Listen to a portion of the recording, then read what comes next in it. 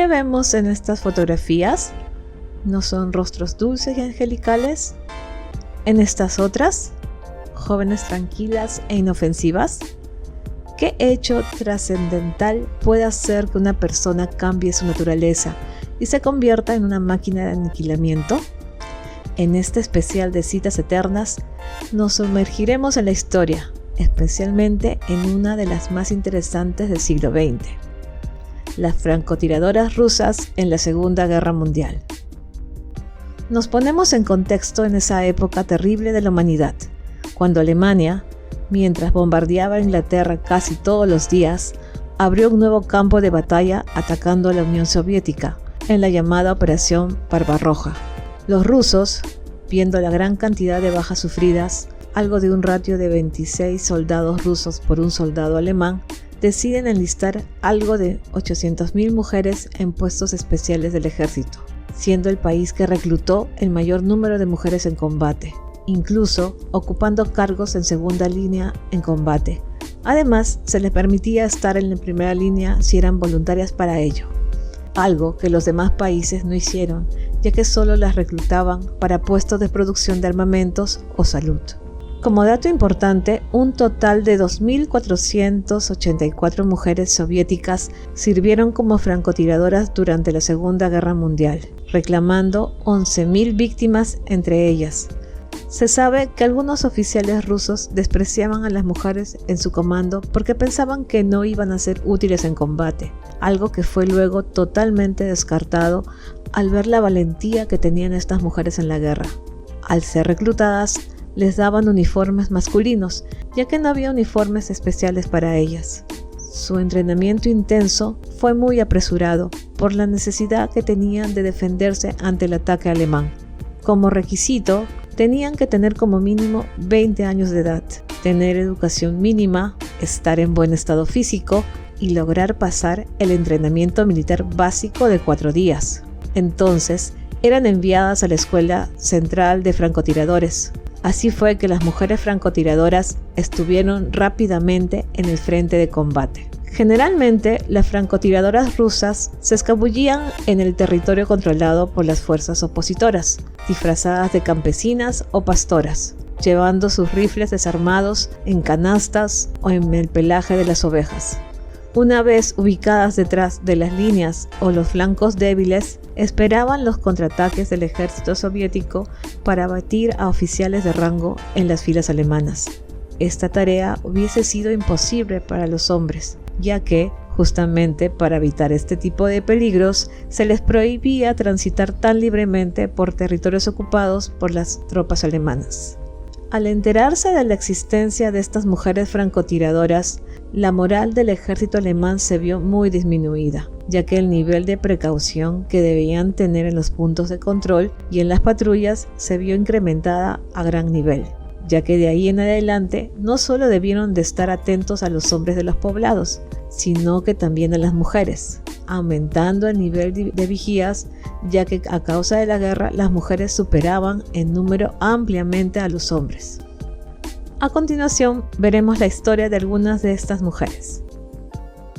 Rosa Janina, nacida en Prusia Oriental en 1924, fue una francotiradora soviética que participó durante la Segunda Guerra Mundial, a la que le atribuyeron 59 bajas confirmadas, incluido 12 soldados durante la batalla de Vilnius. Al morir su hermano en la guerra en 1941, Janina, que era profesora de infantes, se ofreció como voluntaria para el ejército y eligió ser francotiradora en la línea del frente. Entrenada en la Escuela de Francotiradores, se graduó con honores. Elogiada por su precisión de disparo, Janina fue capaz de atacar con mucha precisión al enemigo y hacer 2 disparos a la vez en una sola repetición, demostrando así su habilidad con el arma. Al ser condecorada con la Orden de la Gloria en segunda clase, alcanzó la fama nacional en la Unión Soviética, siendo la primera mujer francotiradora en lograr esa condecoración. Era tanta la fama que empezó a tener que en 1944 un periódico canadiense describió a Janina como el terror invisible. Janina murió en acción el 27 de enero de 1945 durante la ofensiva de Prusia Oriental mientras protegía al comandante de una unidad de artillería gravemente herido. Mucho de lo que sabemos sobre ella es por su diario de combate, que se publicó por primera vez en 1975. Allí se lee que a pesar de que los francotiradores permanecen ocultos, ella prefería estar en primera línea de combate. Incluso accedía al combate cuerpo a cuerpo. Al ser encontrada moribunda, le dijo a la enfermera que sentía el remordimiento de haber hecho tan poco por su patria. Natalia Koshova y María Palivanova. En 1942, Koshova y Palivanova, que se habían unido al mismo regimiento, comenzaron a luchar contra las fuerzas alemanas en el frente noreste. Ambas formaban un equipo de francotiradores en el que Koshova era la francotiradora mientras Palivanova era la observadora. Lucharon en la batalla de Moscú, donde fue enviado su regimiento. Durante la batalla, Koshova demostró ser una francotiradora experta, matando a numerosos soldados alemanes. Recibieron la Orden de la Estrella Roja por sus acciones en la batalla de Moscú.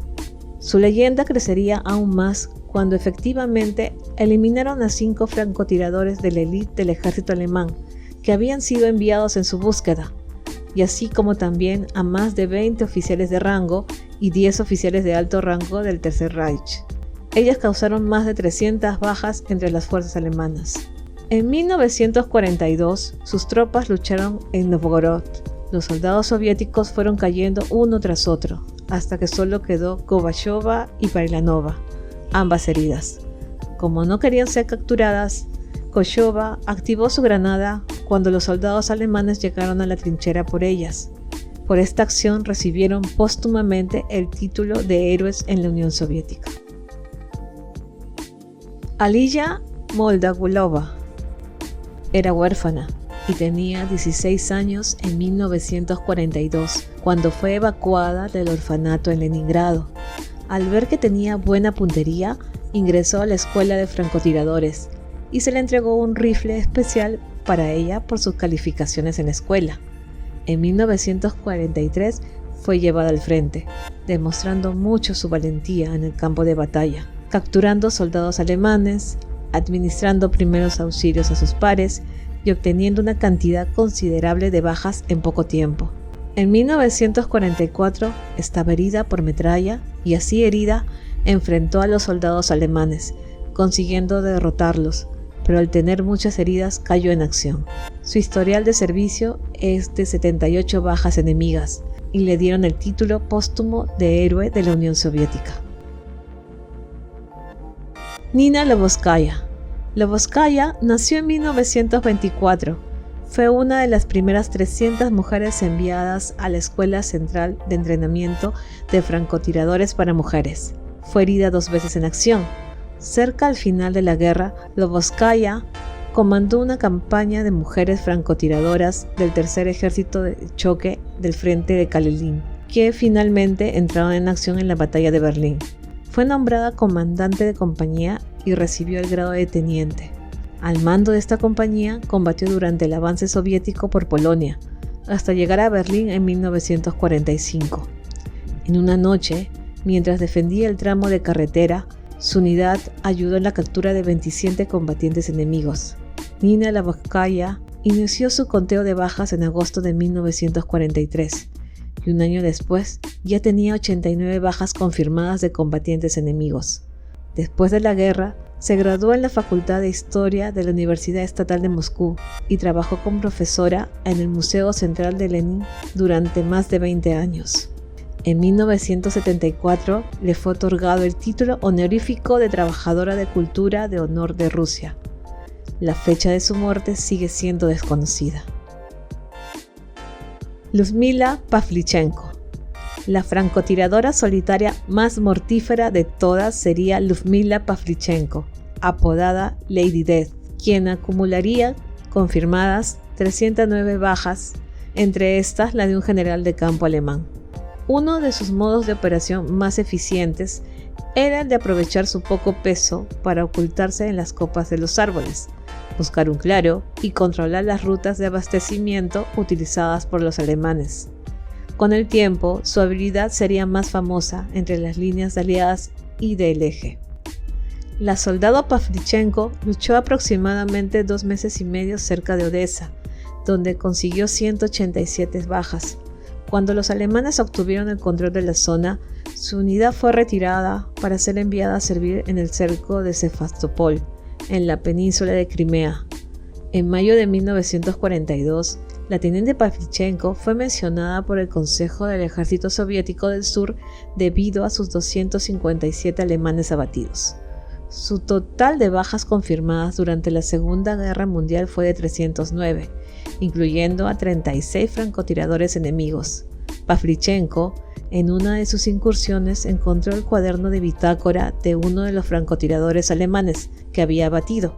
Este tenía bajas de más de 500 soldados soviéticos. En junio de 1942, Pavlichenko fue herida por fuego de mortero. Dada su condición de heroína, fue retirada del frente menos de un mes después de su recuperación.